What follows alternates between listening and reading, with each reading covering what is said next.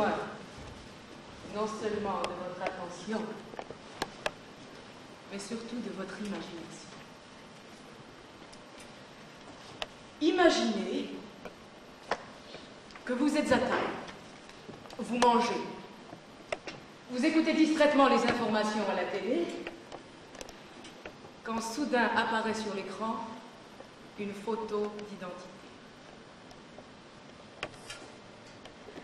Une voix dit « Voici l'un des terroristes arrêtés après le meurtre. » Nom et prénom. Un impitoyable assassin qui a perpétré d'horribles crimes. C'est le terme qu'ils emploient. Perpétré. La photo envahit l'écran. Mon Dieu, vous le connaissez? Avant même que vous n'ayez le temps de réfléchir, boum, votre cervelle éclate.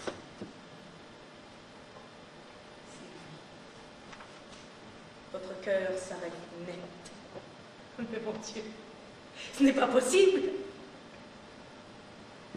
Et ce n'est pas quelqu'un que vous connaissez par hasard. Disons, le fils d'une voisine. Non. C'est votre fils. Votre fils. Votre fils. C'est à vous que je parle. Votre fils. C'est absurde. C'est impossible. Pourquoi? Parce que vous n'avez pas de fils? Un frère, alors une sœur, imaginez!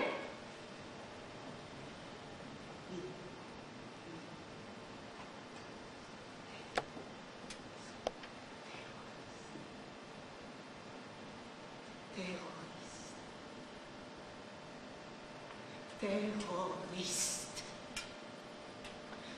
Non, vous n'en aviez pas la moindre idée. Aucun soupçon.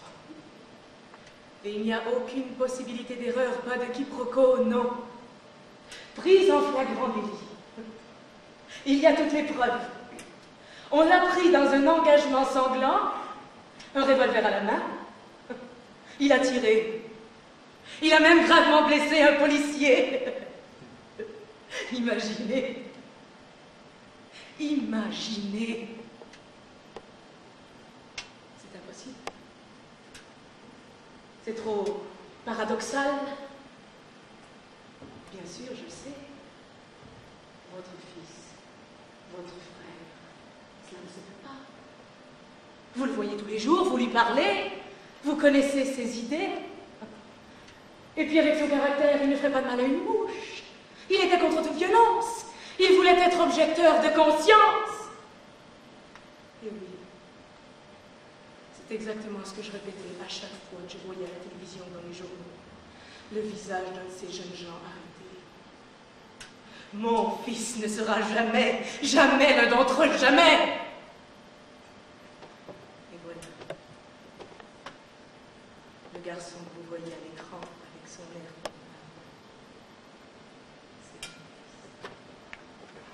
Oui, mon fils. 24 ans. C'est moi qui l'ai fait. Qui l'ai mis au monde. Allaité. Non pas au biberon, au sein, à la mamelle. Même si mes amis me le déconseillaient, j'allais m'abîmer la poitrine. Car je pensais, si plus tard il devient un déviant, un anormal, à cause de cette carence affective provoquée par le téton manquant, un désir jaloux du sein. Les mères ne le savent pas toujours, mais moi si. J'ai tout lu pendant ma grossesse. Prends garde à ne pas priver un enfant du contact de ta peau avec la sienne, des caresses, de la voix, la présence constante. Non, pas étouffante. Constante. Et quand j'ai découvert dans mes lectures que l'enfant a besoin de jouer avec son caca. Oui, sinon il est perturbé. Avec son pipi aussi. C'est une façon de décharger sa violence. Je l'ai laissé faire. La Verbe aussi le dit dans son essai sur la période fécale. Laissez donc l'enfant manger son caca sans jeter sur la figure. Il s'habituera ainsi à ce que les autres lui feront quand il sera grand. Et les pédiatres disent, ne grondez jamais l'enfant qui jette par terre les assiettes et les verres et qui les casse. C'est un défoulement important pour sa névrose. Ne le réprimez pas!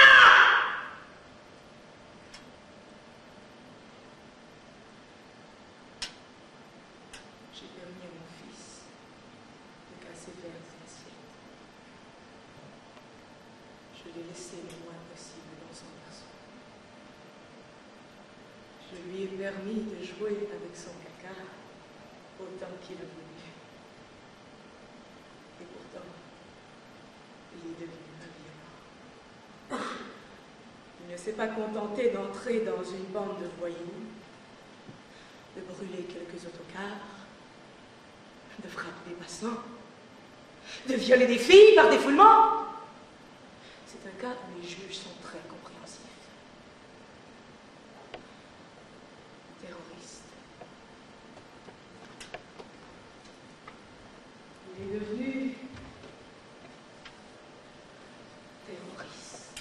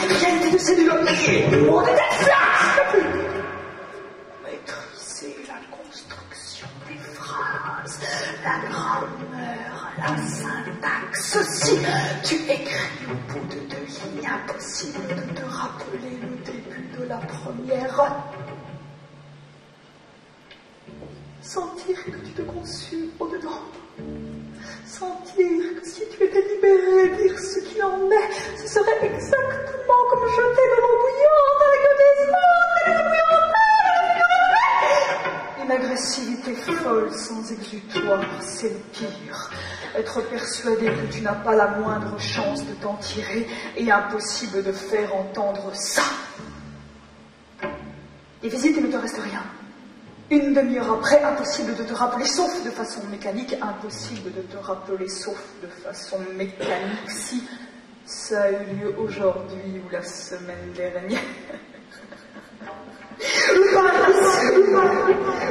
C'est la chance de se laisser aller, de reprendre des forces pour un bref instant, pour quelques années.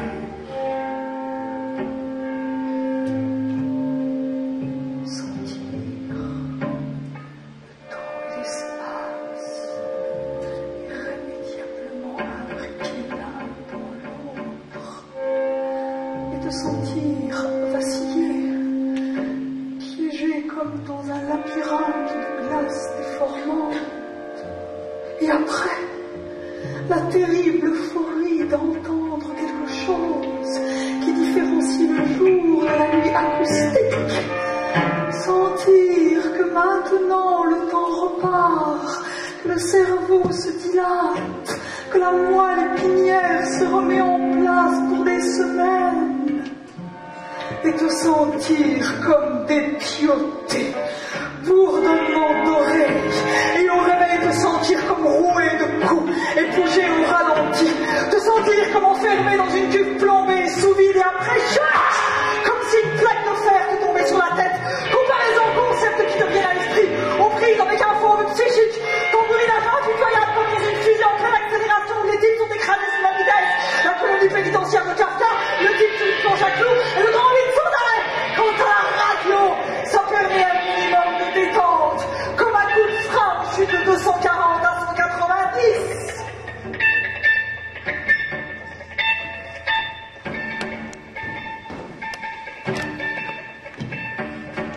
Prénom, Ulrich. Nom, Meinhof. Sexe, féminin. Âge, 41 ans. Oui, je suis mariée. 2 enfants nés par césarienne. Oui, séparée de mon mari. Profession, journaliste. Nationalité allemande.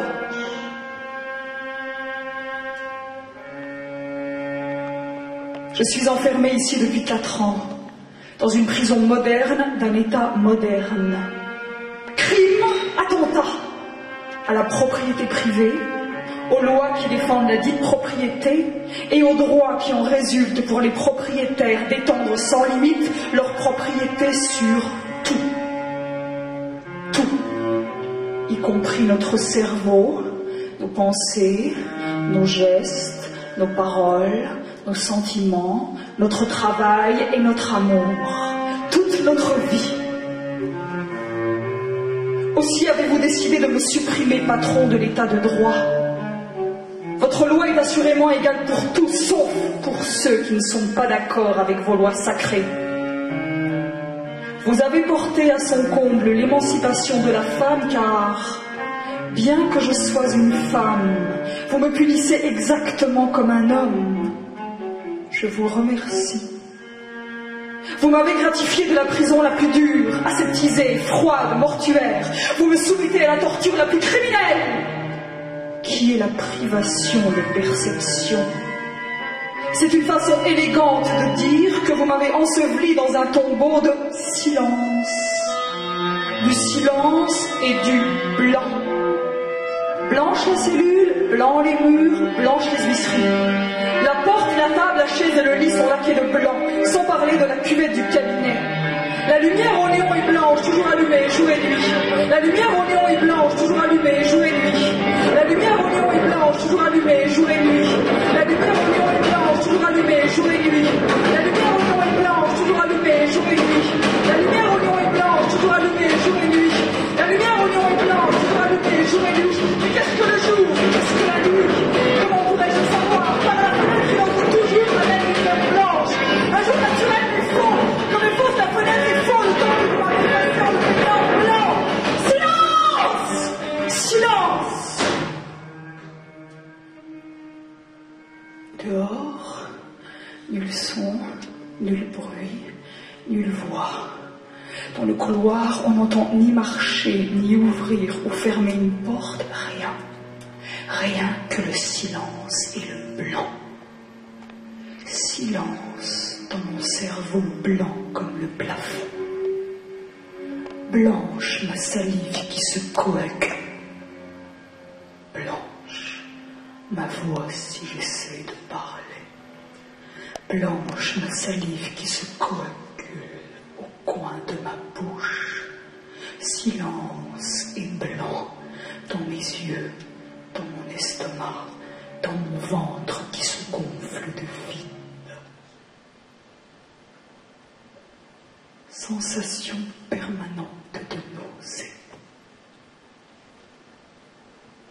Mon cerveau se détache du crâne au ralenti, comme une lessive au ralenti, errant dans la chambre, poussière éparpillée comme une lessive dans l'effroyable machine à laver de Steiner. Tel est mon corps. Je le ramasse, je le rassemble, je me recompose. Je dois résister. Vous ne réussirez pas à me rendre folle. Je dois penser.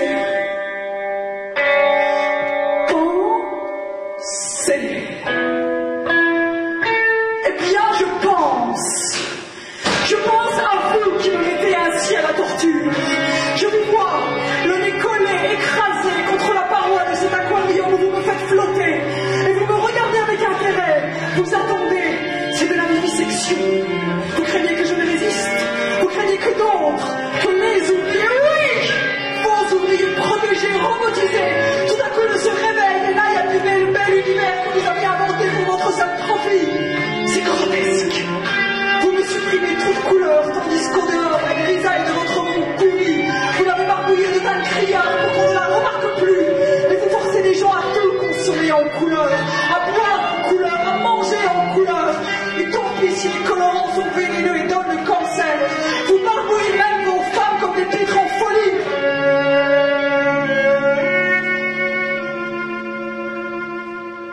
Mais moi, vous me condamnez au blanc pour que ma cervelle éclate et s'éparpille en mille confettis. Les confettis de votre carnaval, de votre lune à parc de la peur. Oui, vous affichez une assurance ostentatoire, mais c'est la peur, une immense peur qui vous rend à ce point cruel et fou. C'est pour cela que vous avez sans cesse besoin de la foire et du chahut, des néons multicolores partout, des vitrines, des fracas, du bruit, de la radio et de la hi-fi toujours et partout, dans les grands magasins, chez vous, en voiture, au bar et jusque dans votre lit quand vous faites l'amour. C'est la peur du silence que vous m'imposez, parce que c'est vous qui tremblez de rester seul avec votre cerveau, car vous avez le doute horrible qu'il ne soit pas le meilleur du monde, mais le pire, le plus dévasté. Et si vous m'avez enfermé dans cet aquarium, c'est seulement parce que je ne suis pas d'accord avec votre vie. Non! Je ne veux pas être une de vos femmes sous cellophane. Je ne veux pas être tendrement présente avec des petits rires et des sourires bêtement aguichants à votre table du samedi soir dans un restaurant exotique sur fond de musique stupide mais en haute fidélité et devoir m'efforcer d'être triste juste ce qu'il faut et complice et tout à la fois imprévisible et fort puis enfantine et symphonie frustrée par un putain et prêt au quart de tout à dire pudiquement faux à votre égalité culée. Un léger bruissement. La porte s'ouvre. C'est la gardienne avec le repas. Elle me regarde comme si je n'existais pas, comme si j'étais transparente. Elle ne dit rien. Elle a ordre de ne rien dire. Elle pose le plateau et s'en va de nouveau le silence.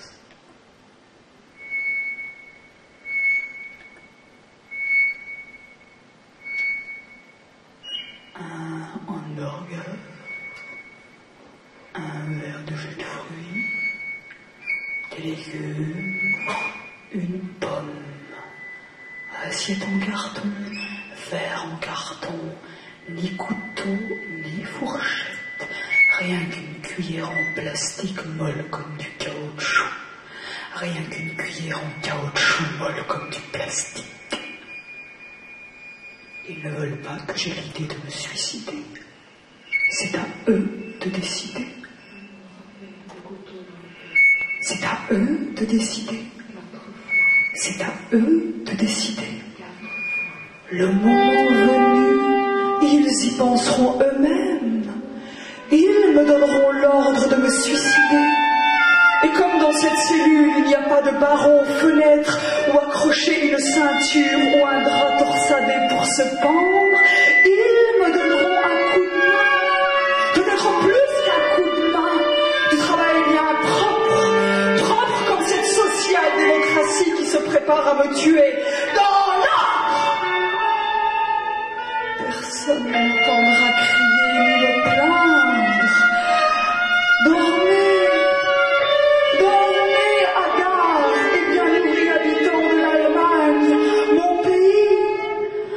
Habitants de l'Europe, vous les bien pensants, dormez avec la sérénité des morts. On ne réveille pas les hôtes d'un cimetière. Les seuls dont la colère et la haine monteront, ce sont ceux qui suent et qui crèvent dans la salle des machines de votre grand navire. En avant, vous tous, immigrés turcs, espagnols, italiens, grecs, arabes, les bernés et les baisers de toute l'Europe, et les femmes, toutes les femmes qui ont compris qu'elles sont des êtres inférieurs, oui, comprendront pourquoi je suis ici, et pourquoi cet État a décidé de me tuer, exactement comme les sorcières étant des sorcières, et ils seront convaincus pour le pouvoir, tant qu'on est toujours le temps des sorcières qui doivent se finir au bout de diable, tu sais, aux machines, la chaîne, au bruit, le fracas, l'ostrinante, le bruit, j'ai besoin de bruit, vous l'avez inventé pour votre seul profit, c'est moi qui en profite, je vous fais du bruit pour moi toute seule, la fête, le marteau-pilon, la personne, la chaudière, les gars,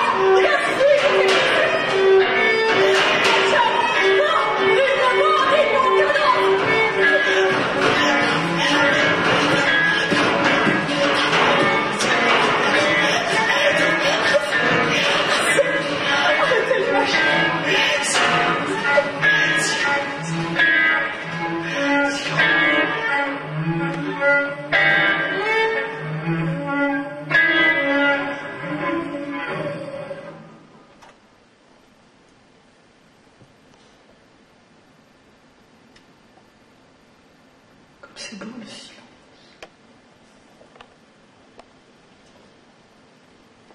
Geôlier, juge, politicien, je vous ai bien eu. Vous ne réussirez pas à me rendre folle. Vous serez obligé de me tuer en pleine santé mentale et spirituelle. Vous devrez m'assassiner. Déjà, je vous vois accourir pour cacher le cadavre. Arrêtez mes avocats à la porte. Non, on ne peut pas voir Ulrike Meinhof. Oui, elle s'est pendue. Non, vous ne pouvez pas assister à l'autopsie, personne.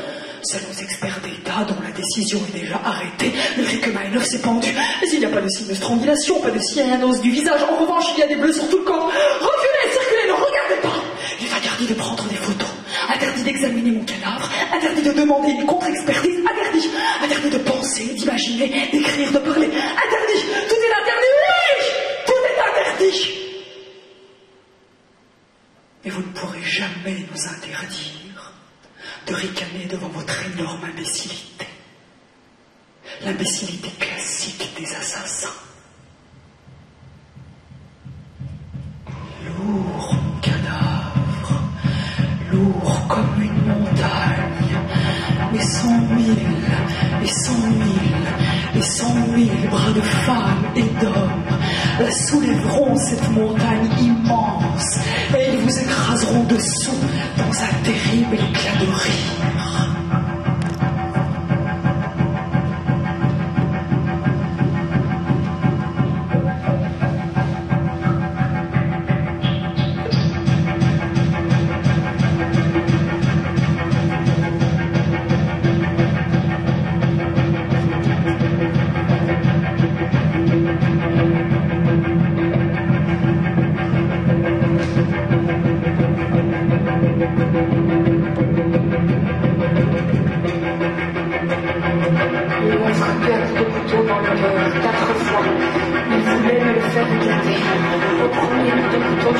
pu crier. Je n'ai laissé échapper qu'une sorte de râle. Ils m'ont jeté à la figure quelque chose qui m'a étourdi de les lèvres peut-être. Mais j'ai réussi à les voir.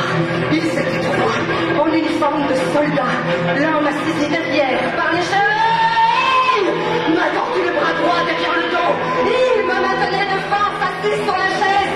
L'autre m'a tenu le bras gauche et a poussé un genou contre le bas de mon ventre, en m'obligeant à écarter les jambes comme s'il voulait me faire avorter.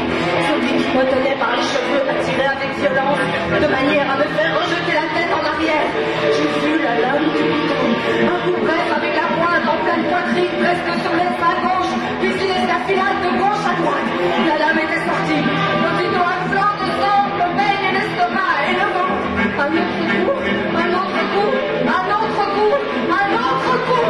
Une douleur sourde plus aiguë que la première. Cette fois je crie quand ils ont arraché la lame du couteau. Pour la retirer, j'ai senti les bras coupés sur les seins avec une sorte de crispement. Un autre flot de sang va tout de suite, le sang qui coulait encore sur le ventre, qui coulait juste entre les jambes.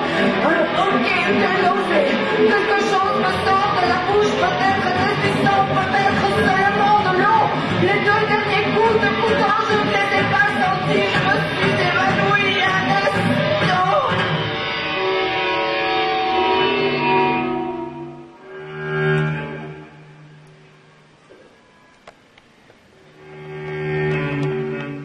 C'est fait.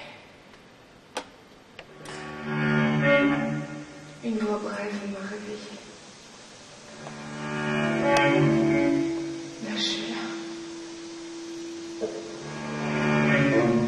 J'ai glissé le long de la chaise et je me suis sentie tomber comme une masse sur le sol brisé, le visage écrasé contre le carrelage. Le sang continuait à sortir, expulsé à chaque battement de cœur. Mon bras gauche est resté bloqué sur la poitrine. Peu à peu, je sens qu'il baigne dans le sang qui coule par terre. Je suis paralysée. Ceux qui m'ont jeté à la figure pour m'endormir commencent à faire effet. Peut-être suis-je en train de partir. C'est fait, me suis-je répété, c'est fait. Encore quelques instants et ce sera fini. J'ai les yeux grands ouverts, mais je ne réussis pas à les tourner. Je ne vois que le sillon entre deux carreaux du sol qui se remplit de sang. D'un œil seulement, l'autre est dans le noir, collé au sol. Je sens par une sorte d'instinct invétéré qu'on m'observe par le judas de la porte. Et mon instinct me fait rester immobile. J'essaie de bouger tout doucement les doigts de la main gauche cachée sous le sein, à hauteur du sternum. Oui, j'arrive à bouger les doigts. À peine ai-je ouvert le poing que je sens mes doigts se rouiller d'un flot de sang qui sort entre les côtes. Je trouve les lèvres d'une blessure ouverte, d'une déchirure. Je touche encore. Voici le point d'où il sort le plus de sang. J'appuie plus fort avec l'index et les majeurs. Le flot de sang diminue, mais il en coule encore beaucoup des autres blessures un peu plus haut sur le sein. Le judas est encore ouvert et de très légers bruits arrivent du couloir. Bruit de pas pressés, de serrure qui se déclenche, de porte qui claque.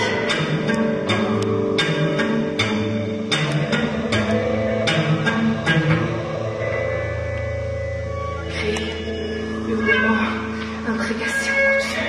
Ils sont en train de me tuer tous. Dans la cellule voisine de la mienne, il y a Gudrun Ensslin. Je l'entends hurler désespérément. Une voix lance des ordres. Donnez-lui 2 tours de corde. 2 tours. Tire maintenant. Tirez à 2. Pendons-la. Passe la corde de la roue, ça là. Elle ne tiendra pas tout seul. Celui qui donne les ordres jure. Ils les ont fait trop nus, ces chambres. Il me semble qu'au moins un bout de fer. Passe-moi la boîte à outils. Nous allons le planter nous-mêmes le prochain. Tiens.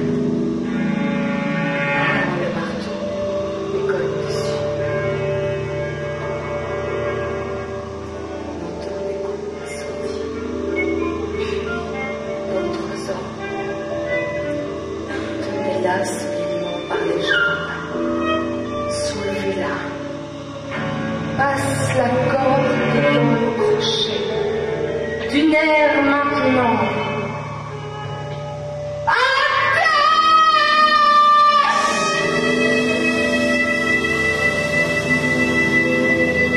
C'est fait. Lâchez. Allons nous embrasser l'autre. Attends. Tâche-lui d'abord les poignets. Maintenant, Auguste. Dehors. D'autres pas. Encore le bruit de ferraille des clés. Des serrures qui se déclenchent, des cris. Des ordres comme des aboiements. Puis un coup de feu, bref comme un coup de feu. Le bruit sourd de la porte claquée. Enfin le commentaire d'une voix qui passe devant ma cellule. Et de 4. Maintenant, nous pouvons donner l'alarme. Non. Arrêtez, intervient une autre voix. Attendons encore une dizaine de minutes. Pendant ce temps, vous débarrassez. Ramassez tout avant que le juge de surveillance et le médecin fédéral n'arrivent pour faire le rapport. Ne laissez rien traîner.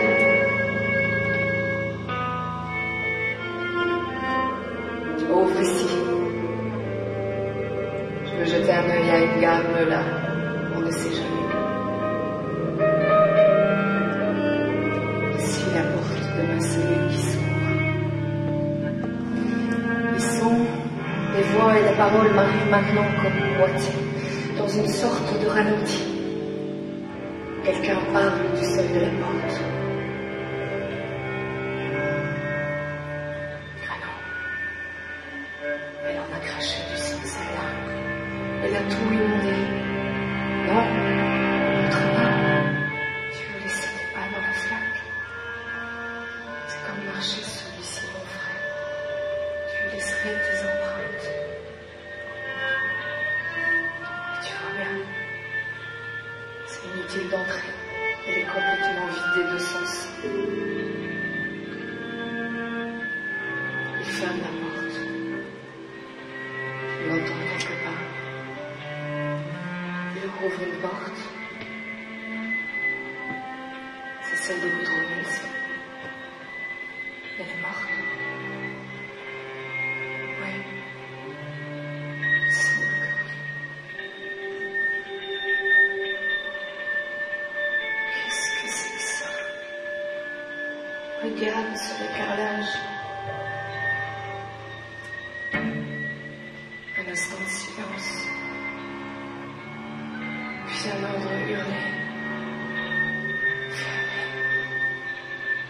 Fermez tout et sortez. Il faut donner l'alarme. Suite de pas. Les gens qui courent. Un autre silence. Cette fois, quelques minutes passent. Dans le couloir, il y a plus personne.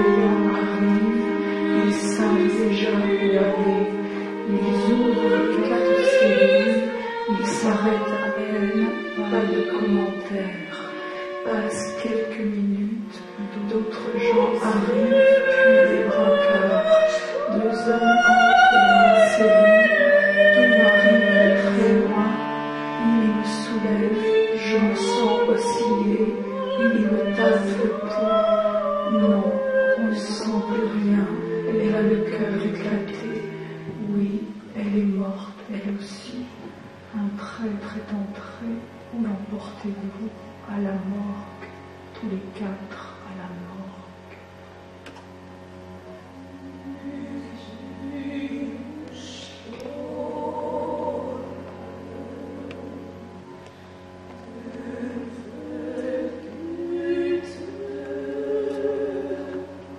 Je passe devant les cellules des camarades qu'ils ont épargnées. Elles sont fermées, les portes sont complètement insonorisées. Ils n'ont pu s'apercevoir de rien, et même s'ils s'étaient aperçus de quelque chose, s'ils étaient en train de hurler, de cogner aux portes, personne ne peut les entendre. Tout est silence. Je meurs. J'entends la voix du brancardier qui commande. Le sang goutte partout. Arrêtons-nous un moment, mettons-lui un pantin. Je sens qu'il s'affaire autour de mes blessures. Il me soulève à nouveau. Le brancard glisse dans l'ambulance. Je perds connaissance.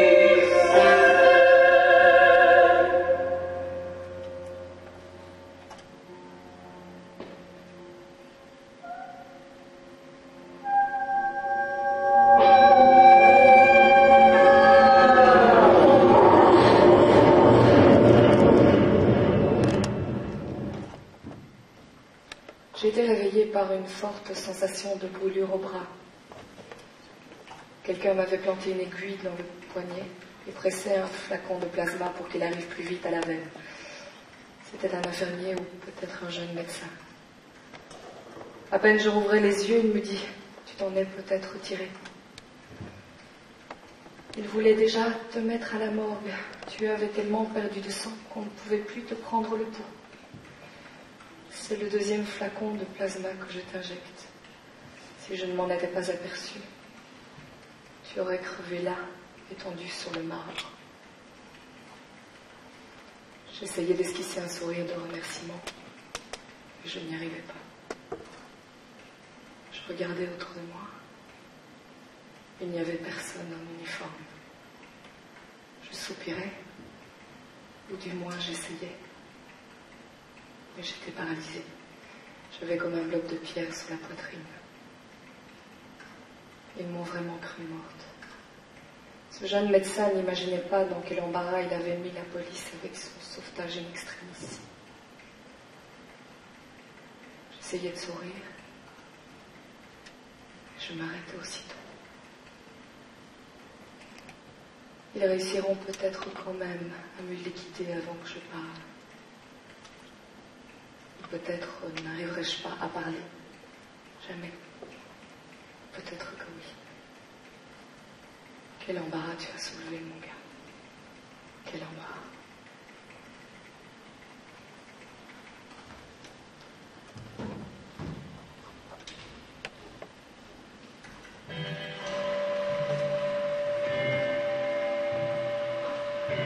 Tout d'abord, ce fut seulement une révolte torrentueuse d'un petit nombre contre les riches, contre les puissants, contre les verras et les truies de l'Atlantique Nord. Mais assez vite, et tandis que nous avions déjà commencé à vivre à notre rythme de clandestinité et de rapine, nous découvrîmes que l'ensemble de la chair sociale était pourri, que tout puait jusqu'à la moelle, que le corps immense de l'Occident était bon à détruire, non pas à reconstruire sur des bases plus saines, mais bel et bien à détruire. Et soudain, nous nous aperçûmes que la fibre prolétaire sur laquelle nous avions fondé nos espoirs et nos théories, que même le tissu prolétaire était irrécupérable. Et tandis que nous nous attaquions aux grandes articulations de la guerre américaine et que nous tentions de casser les dents des grandes machineries orchestrées par le capital industriel, nous sentions cette pestilence généralisée rejaillir sans cesse sur nous depuis les intérieurs feutrés des maisons où se terrait la populace. Nous luttions contre l'arrogante fliquerie nord-américaine et contre les fourgueurs de napalm en Asie du Sud-Est. et contre les mêmes fourgueurs qui, en Occident, coulaient du goudron culturel sur les paupières de tous afin qu'elles ne s'écartent pas, et coulaient sur la pensée une poix épaisse afin qu'elle ne fonctionne pas et ne hurle pas.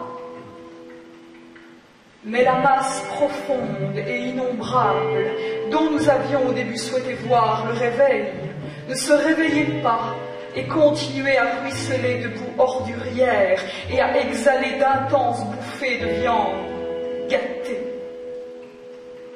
Et nous nous étions dressés en face de la porcherie occidentale, et nous surgissions de ci, de là, avec nos ridicules pistolets mitrailleurs. Nous pilions les banques du roi des banques, et nous médaillions de plomb la poitrine du roi des médailles.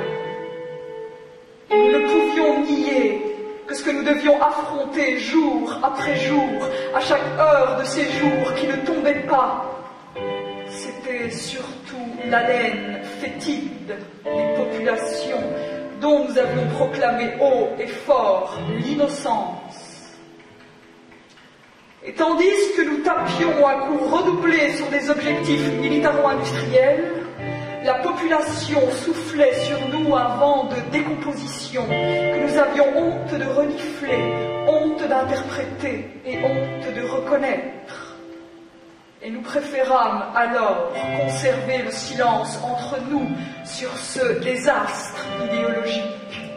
Chacun et chacune d'entre nous supposant qu'il ou elle avait désormais le regard obscurci par la poudre, l'âme déformée par les combats, et qu'il ou elle n'était pas le meilleur juge.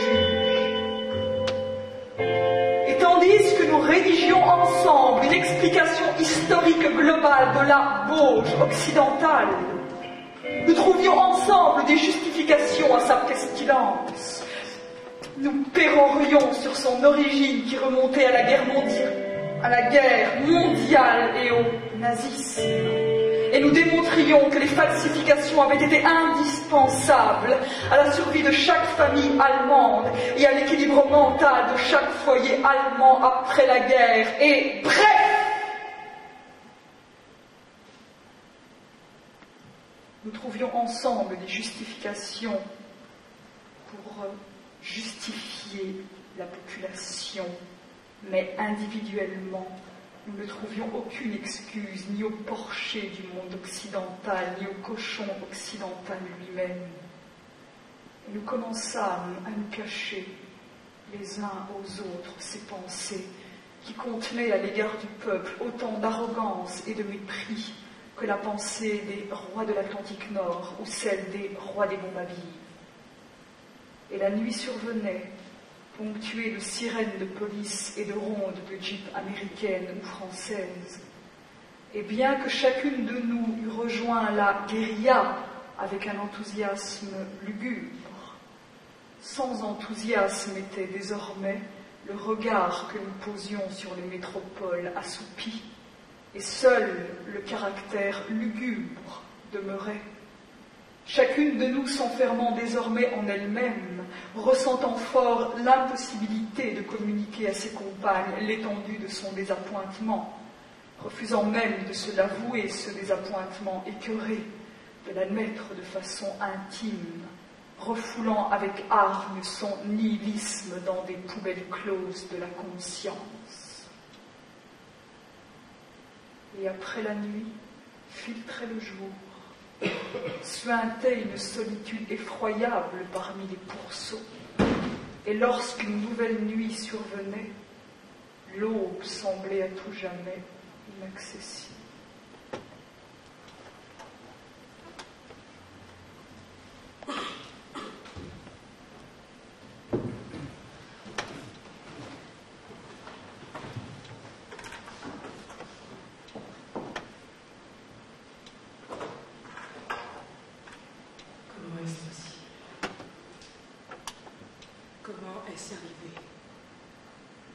Je veux comprendre. Je passe mes nuits à reconstruire toute notre vie depuis le début. Je revois tout, comme dans un film. Nous sommes démocrates. Mon fils a grandi dans nos idées. Oui, il faisait de la politique à l'école, la contestation, les manifestations. Dans sa chambre, on a vu défiler les posters représentant les mythes successifs. Mao, Che Guevara, Ho Chi Minh. Je me rappelle un grand poster, vous le connaissez tous. Une jeune Vietnamienne contre un gigantesque pilote américain qui lève les bras en l'air. La fillette qui abat Goliath. On peut donc réaliser l'impossible. Comme tout était clair alors. D'un côté, les bons qui sont pauvres, mais avec l'idéologie qu'il faut. Au premier plan, toujours l'homme, l'égalité, la justice et la liberté. De l'autre, les méchants, puissants, avides, forts mais pourris, mettant toujours au premier plan la machine et le profit. Ils sont le mal, eux. Le mal perd, le bien gagne. Rhétorique.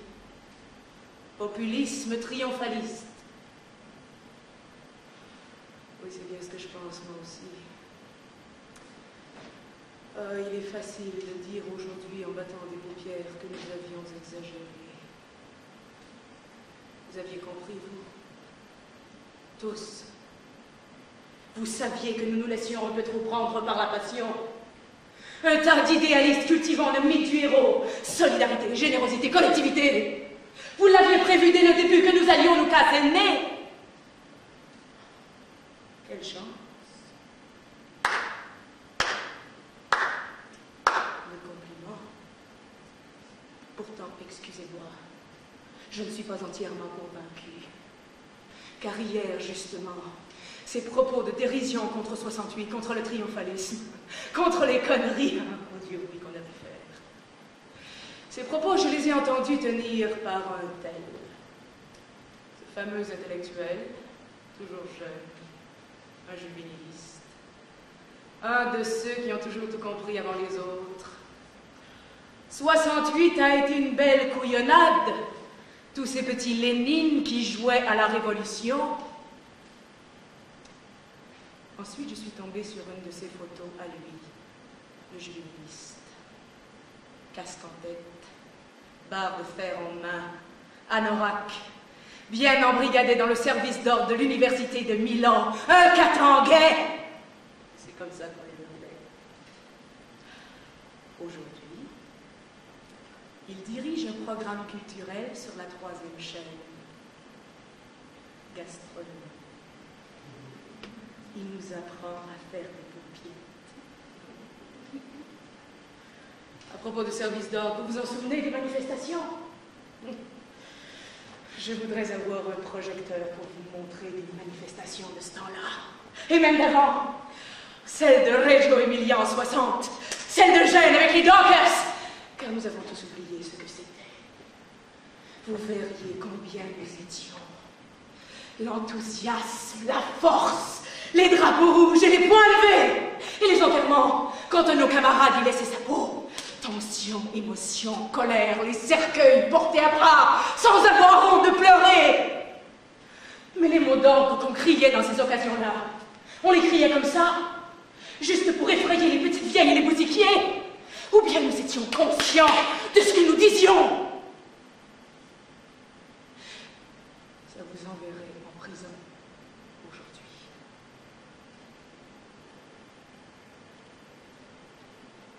Vous y étiez, vous aussi, non? Ou bien, y avait-il que mon fils et moi pour perturber l'ordre public? Méfiez-vous. Je peux vous faire la plaisanterie de vous l'apporter vraiment, le projecteur, et de vous mettre sous les yeux une belle manifestation avec affrontement, Geneviève et le reste. Une manifestation qui aurait justement eu lieu dans votre ville. Vous pourriez y trouver des visages connus. Le vôtre, peut-être. Du calme. Je ne peux pas vous jouer un tour pareil, car dès le début de la projection, on verra apparaître comme par enchantement un juge, disciple de Calogero, qui séquestrera tout appareil et pellicule, mènera une belle enquête, lancera 200 mandats d'arrêt avec procès dans 4 ans si on a de la chance. Et moi, je passerai pour un espion bulgare, évidemment. Mais où et quand cela a-t-il commencé? Pourtant, nous parlions, nous discutions. Nous ne nous comprenions pas toujours, c'est vrai. Il y avait même parfois des discussions qui tournaient à la tragédie. Un jour, il arrive à la maison avec un jeune homme et me dit « Maman, ça ne t'ennuie pas si Aldo... » Il s'appelait Aldo. « Si Aldo reste quelques jours chez nous. » Moi, non, c'est vrai. Notre maison a toujours été ouverte comme un moulin. Mais je lui pose ensuite des questions. Il reste dans le vague. Je sens qu'il est embarrassé. Et à la fin, la vérité se fait jour. Ce garçon, Aldo, a quitté la maison de ses parents parce qu'il a peur d'être sous le coup d'un mandat d'arrêt. On a arrêté certains de ses camarades avec qui il faisait de la politique il y a longtemps. Oh, mais je t'assure, maman, il n'y est pour rien, lui!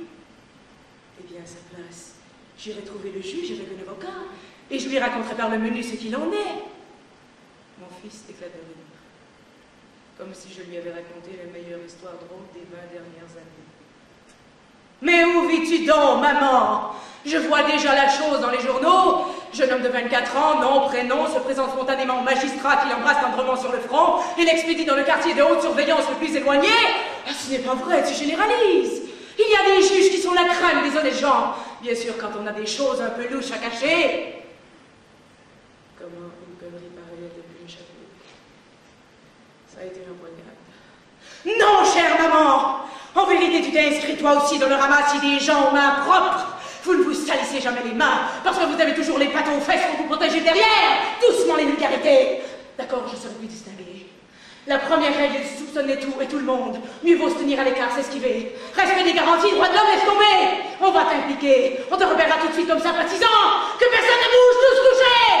Ce gouvernement de gélatine a réussi à vous inculquer la psychose des pestiférés. Oui, comme au Moyen-Âge, quand quelqu'un mourait de la peste. Les parents, les connaissances, et même les gens de passage, on les emmurait vivants tous avec le mort dans la même pièce. C'est là votre logique? Non! Pour le peu qu'il me reste à vivre sur cette planète de merde, je ne veux pas être emmuré vivant, je veux faire quelque chose à tout prix! Je ne veux pas être emmuré vivant. Je veux faire quelque chose à tout prix.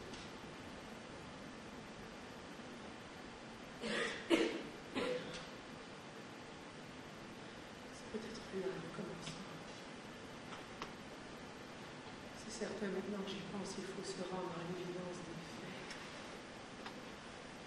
Je m'en aperçois aujourd'hui. C'est à tout prix que j'ai trouvé rhétorique et velléitaire avait un sens.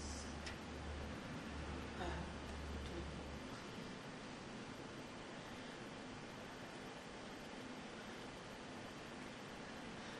prix. Un psychologue à la mode avec un bon sens d'épicier, genre Alberoni, un type avec des favoris à la Ugo Foscolo, vous savez, me dirait sûrement « Votre fils est habité par la terreur du noir.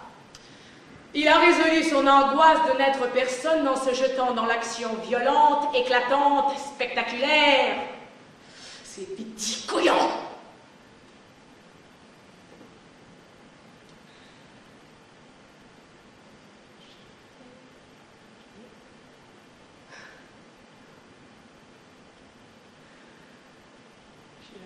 D'être une boîte aux lettres tournant des cartes postales et messages.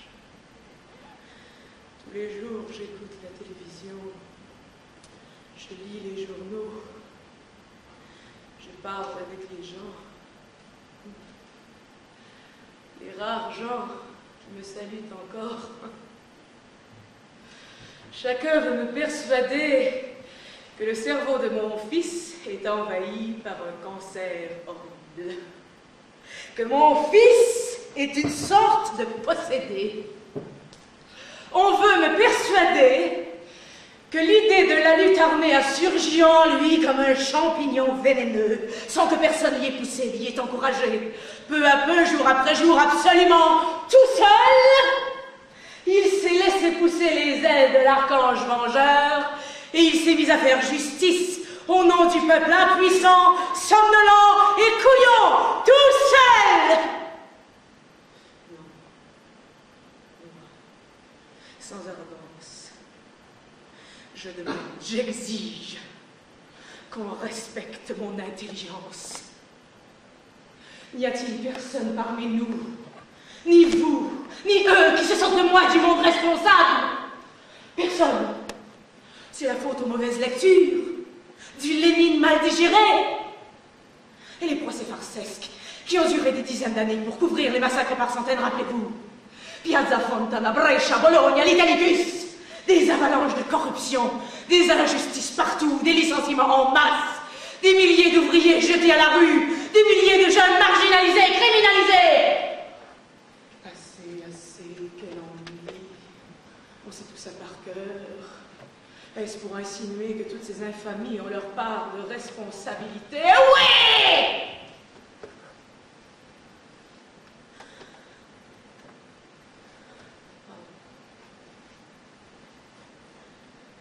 Excusez-moi, je suis gênée.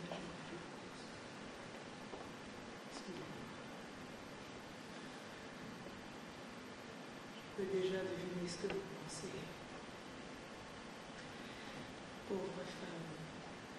Il faut la comprendre. C'est une mère. On ne peut pas prétendre qu'elle tienne des discours rationnels, politiques, dans l'état où elle est. Il n'y a qu'à la laisser se défouler. Pauvre femme. Non! Retirez la pauvre femme! Je la refuse!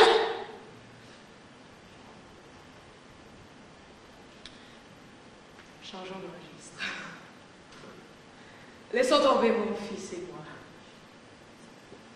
Parlons d'un autre jeune homme, un ami de mon fils, un esprit rationnel qui faisait de la politique concrète, militant des jeunesses communistes.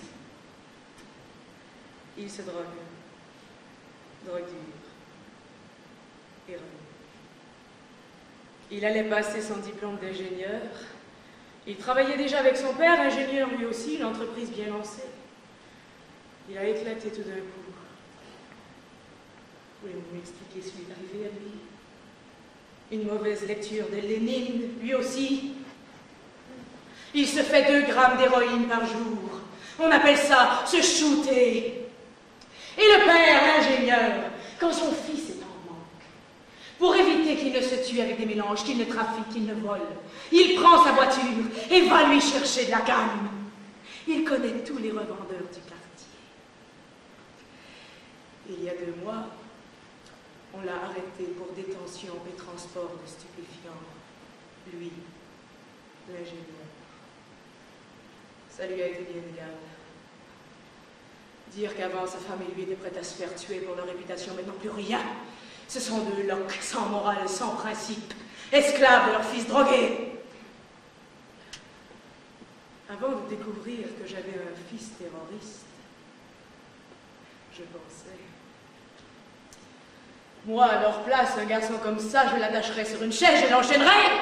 Ou peut-être je le tuerais, un coup de marteau sur la tête. Au lieu d'aller lui chercher de la drogue, c'est leur faute aux parents des mollassons. Ils l'ont élevé dans du coton sans colonne vertébrale. Il y a 2 jours, j'ai parlé de sa mère. Nous nous racontions mon désespoir. Et voilà qu'elle me dit: je vous envie, madame, vous savez. Vous, au moins, vous avez un fils qui croit à quelque chose. Le mien ne croit qu'à la seringue et à la piqûre. Vous plaisantez, madame, c'est horrible. Mon fils croit en une folle utopie. Il tire, il tue. Votre fils ne fait de mal qu'à lui-même. Croyez, mon mari et moi, vous trouvez que nous sommes encore vivants? Bien sûr, personne n'arrêtera mon fils pour nous avoir éliminés. Regardez-nous de là. Il m'arrive de penser au temps où je le portais dans mon ventre. S'il avait pu mourir, un avortement. Maudit soit-il. C'est ce qu'elle m'a dit. Exactement. Avec une voix dure, coupante comme du verre.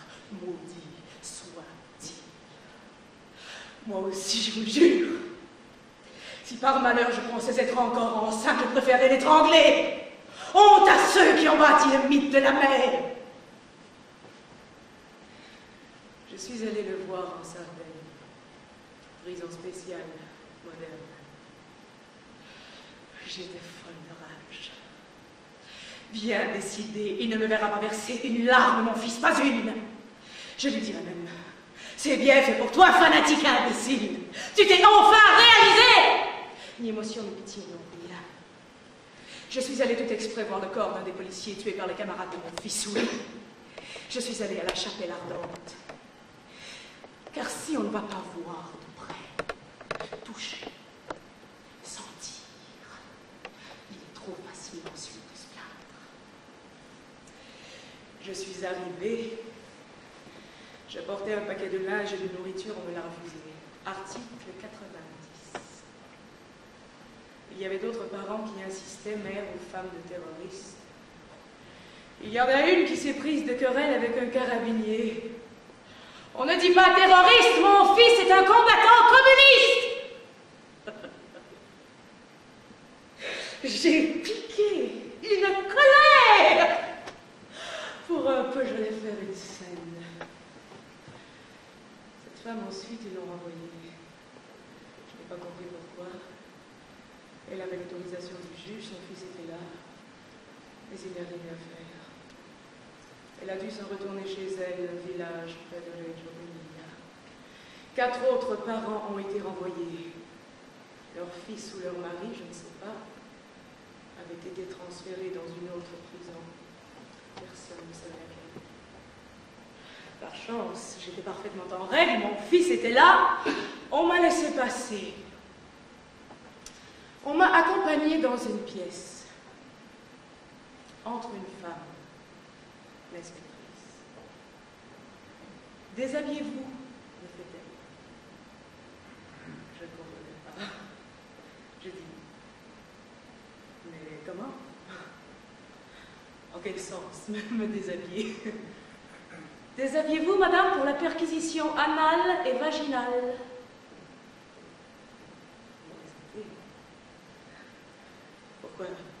Pourquoi devrais-je subir une chose horrible? De quel droit prétendez-vous?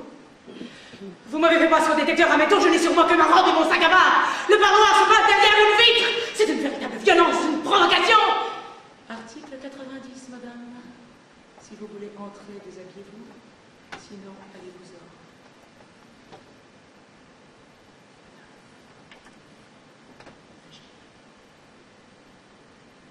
Imaginez. Je me suis sentie ravalée au rang de d'animal. J'ai été prise d'une grande envie de m'en aller. Tout en me déshabillant, je pensais, d'accord, je me déshabille. Mais ensuite, aussi vrai que je suis vivant, vous le paierez. En sortant, je vous dénonce, j'écris aux journaux, oui, j'écris! Puis je me suis mise à rire. Quel journal écrira une ligne sur moi, sur ce que je dois subir? Je suis la mère d'un terroriste. 65% des Italiens sont pour la peine de mort. J'ai écarté les gens et je les laissé faire. Votre sac à main, mettez-le dans ce placard. Enlevez votre montre, votre chaîne, vos cigarettes, fermez le placard et gardez la clé. Passez.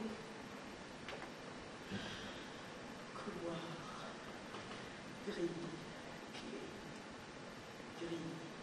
Clé. Je n'ai jamais vu autant de fer à la fois.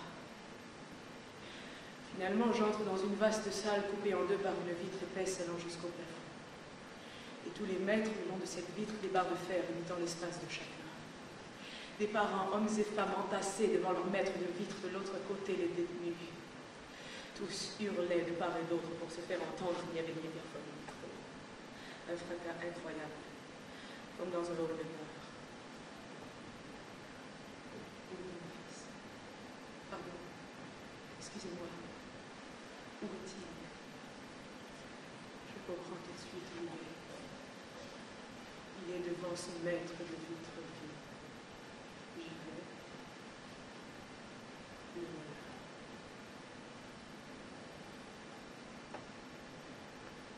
Je dois le regarder encore et encore. Je le reconnais au pull vert qu'il porte, plus qu'à son visage gonflé, avec les bleus autour des yeux, les mains dans les poches.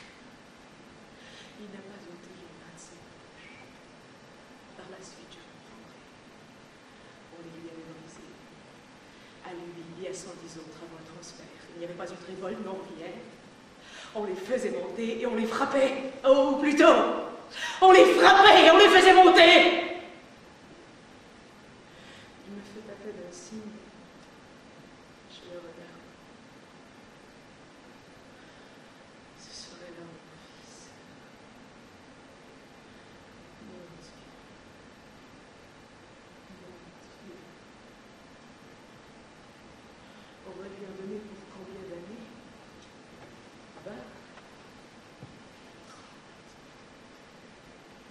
Mais alors pourquoi tout ça? Pourquoi ne pas les exécuter tout de suite, aussitôt arrêtés? Pas un coup dans la tête! Ah, ça ne se fait pas. Pardon, j'oubliais. Nous sommes un pays démocratique. On a fort. Mieux vaut les Allemands. Leurs terroristes, ils les ont tous liquidés à travail! Ce serait là mon fils. Derrière la vitre. À sa naissance aussi, je l'ai vu pour la première fois derrière lui. Dans l'incubatrice. Je regarde mon fils et je le vois toujours petit. J'ai du mal à penser qu'il a grandi, qu'il est un homme. Même dans mes rêves, je le vois toujours enfant.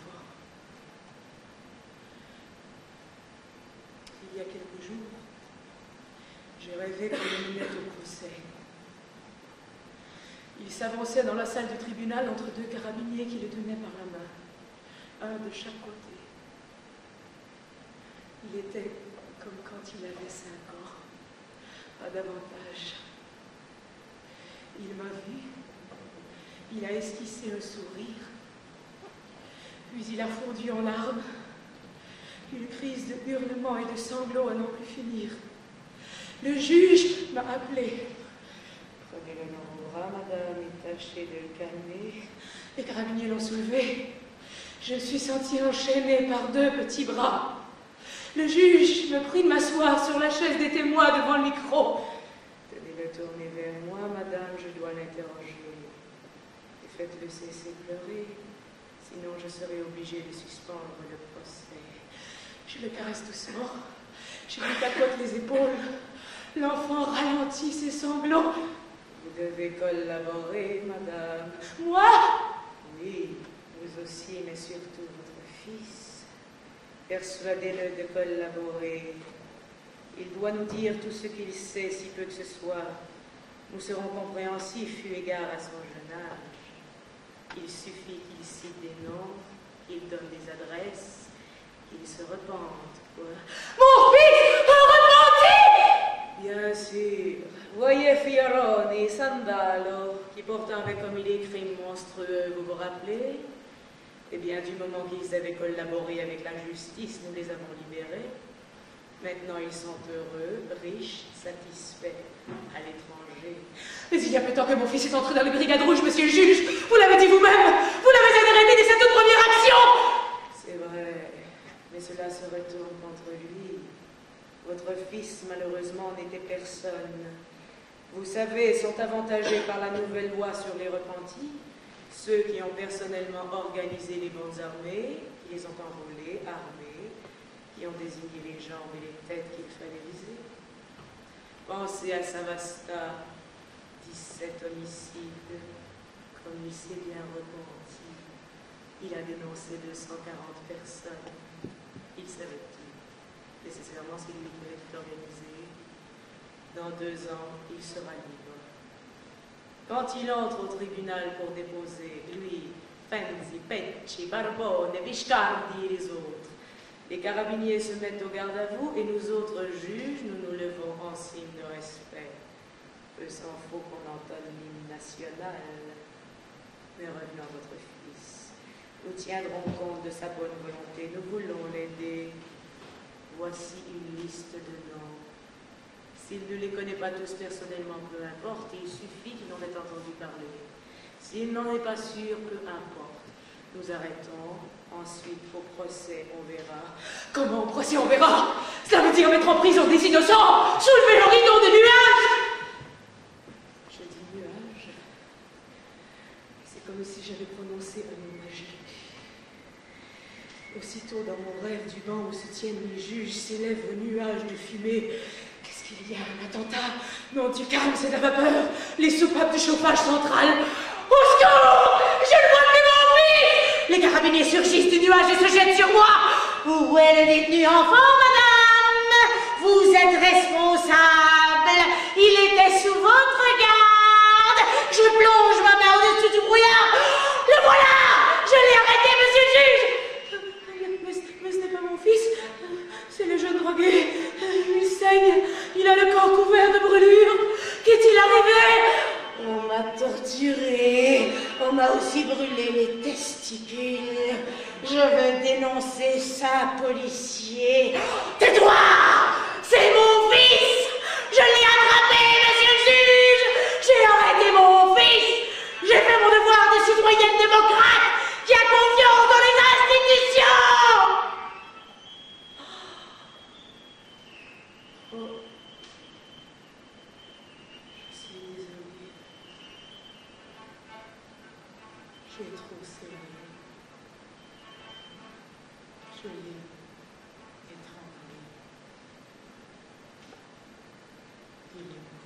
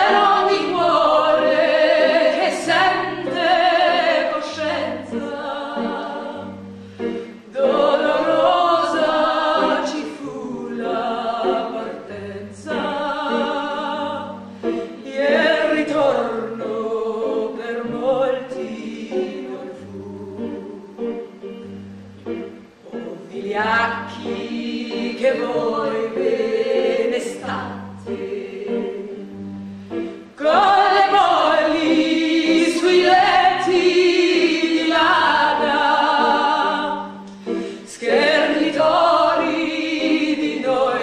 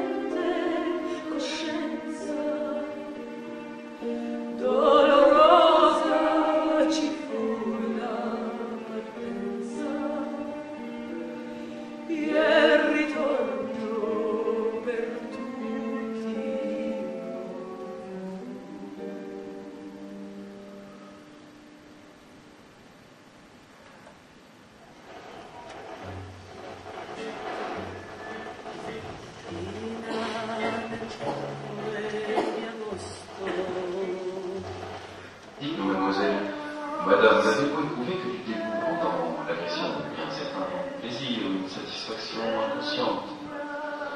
N'avez-vous pas été flatté que tant d'hommes, 4 je crois, tous ensemble, vous étant désirés avec une passion aussi? Êtes-vous toujours resté passif, ou bien dans une certaine mesure avez-vous participé? Vous êtes-vous senti excité, impliqué, vous avez dit.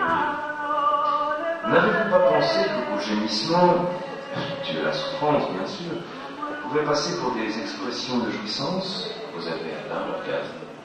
Si oui, combien de fois?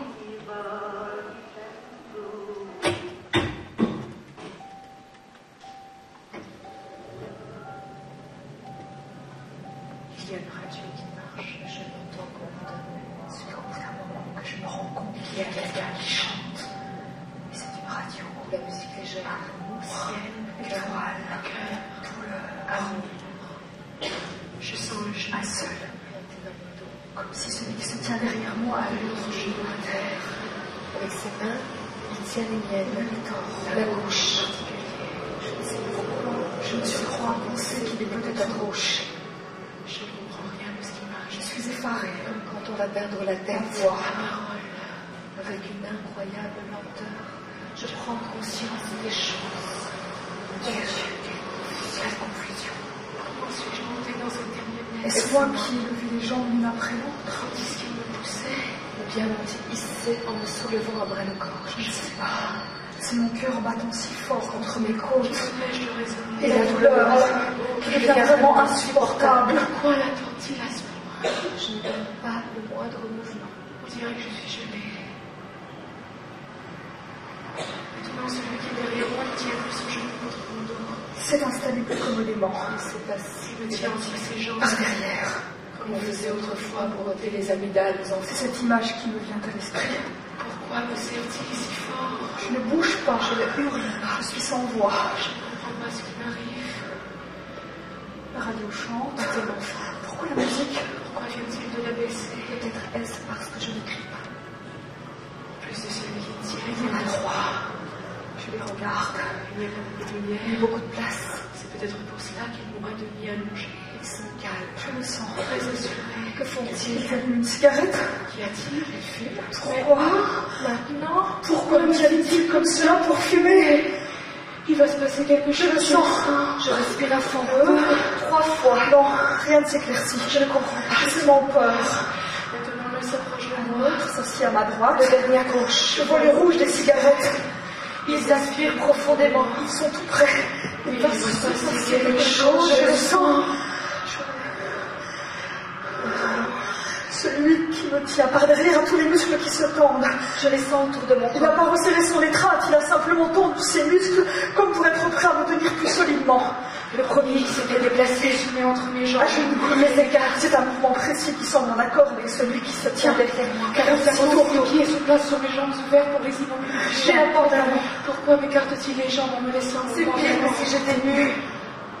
Quelque chose que je n'identifie pas tout de suite me distrait de cette sensation, une chaleur, d'abord légère, puis de plus en plus forte, jusqu'à devenir insupportable sur le sein gauche. Une pointe de feu, les cigarettes par-dessus le pull jusqu'à la peau. Je me surprends à me demander ce qu'on devrait faire dans ces cas-là. Je n'arrive à rien parler, à pleurer. C'est comme si j'étais projetée hors de moi. À bien même être contrainte à regarder quelque chose d'horrible. Qui est accroupi à ma droite, mes cigarettes firent de bouffer et dépasse à celui qui est entre mes jambes. Se poursuit vite. L'odeur de lait brûlé doit les incommoder tous les 4. Avec une lame de rasoir horizontale mon pull. Devant, tout du long. Il coupe aussi mon soutien-gorge. Il m'entaille aussi la peau superficiellement. L'expertise médicale mesura 21 cm. Celui qui se tient entre mes jambes me prend les seins à pleine main. Je les sens glacés sur mes bras. Maintenant, il s'ouvre la fermeture d'éclair et s'envolent tous. Une seule chaussure. Celui qui me tient par derrière s'excite. Je le sens qui se